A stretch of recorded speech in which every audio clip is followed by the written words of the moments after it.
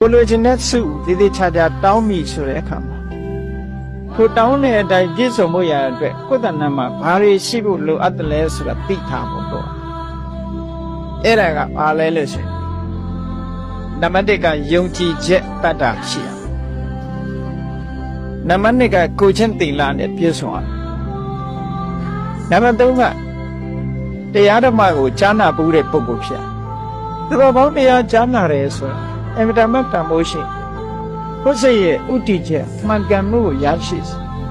ဒါကြောင့်မို့လို့အပြစ်ကင်းတဲ့ပညာရည်တင်နဲ့ပတ်သက်ပြီးတော့ကြားနာပူးခြင်းဆိုတဲ့တုတ္တဆိုတာရှိရနောက်တစ်ခုကစာကားဆိုဆုံးလွန်လှူဒန်းမှုတစ်ခုကိုရှိရနောက်တစ်ခုကတော့အသိပညာစဉ်းစားဉာဏ်ပညာထက်သန်တဲ့ပုဂ္ဂိုလ်ဖြစ်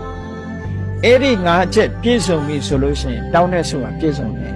လို့ခေါ်တာအဲ့တော့ဘုန်းကြီးတို့တွေဆွတောင်းမယ်ဆိုလို့ရှိရင်ဒီ၅ချက်ကိုယ့်ကိုယ်ရှိမရှိပြည့်စုံမှုရှိမရှိချွတ်တင်ပြီးတော့စဉ်းစားထားဒီ၅ချက်နဲ့ပြည့်စုံပြီဆိုလို့ရှိရင်တော့ကိုယ့်ရဲ့ဆွတောင်းမှုဟာပြည့်စုံနိုင်တယ်လို့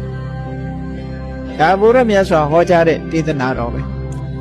ကိုလိုချင်တဲ့စုဒီဒီချာချာတောင်းမိဆိုတဲ့အခါမှာကိုတောင်းတဲ့အတိုင်းပြည့်စုံဖို့ရတဲ့အတွက်ကိုယ်တဏ္ဍာမှာဘာတွေရှိဖို့လိုအပ်တယ်လဲဆိုတာသိထားဖို့တော့အဲ့ဒါကဘာလဲလို့ဆိုရင်နံပါတ်1ကယုံကြည်ချက်တတ်တာရှိရနံပါတ်2ကကိုချင်းသီလနဲ့ပြည့်စုံရနံပါတ်3ကတရားဓမ္မကိုကြားနာပူးတဲ့ပုဂ္ဂိုလ်ဖြစ်သူတော်ပေါင်းတရားကြားနာတယ်ဆိုတာအမြဲတမ်းတန်ဖိုးရှိကိုယ်စိတ်ရဲ့ဥတီချက်မှန်ကန်မှုကိုရရှိစေဒါကြောင့်မို့လို့အပြစ်ကင်းတဲ့ပညာရည်တင်နဲ့ပတ်သက်ပြီးတော့ကြားနာပူးခြင်းဆိုတဲ့တုတ္တဆိုတာရှိရနောက်တစ်ခုကစာကားဆိုဆုံးလွန်လှူဒန်းမှုတစ်ခုကိုရှိရနောက်တစ်ခုကတော့အသိပညာစဉ်းစားဉာဏ်ပညာထက်သန်တဲ့ပုဂ္ဂိုလ်ဖြစ်အဲ့ဒီ၅ချက်ပြည့်စုံပြီဆိုလို့ရှိရင်တောင်းတဲ့ဆိုတာပြည့်စုံတယ်လို့ခေါ်တာအဲ့တော့ဘုန်းကြီးတို့တွေဆွတောင်းမယ်ဆိုလို့ရှိရင်ဒီ၅ချက်ကိုယ့်ကိုယ်ရှိမရှိပြည့်စုံမှုရှိမရှိချွတ်တင်ပြီးတော့စဉ်းစားထားဒီ၅ချက်နဲ့ပြည့်စုံပြီဆိုလို့ရှိရင်တော့ကိုယ့်ရဲ့ဆွတောင်းမှုဟာပြည့်စုံနိုင်တယ်လို့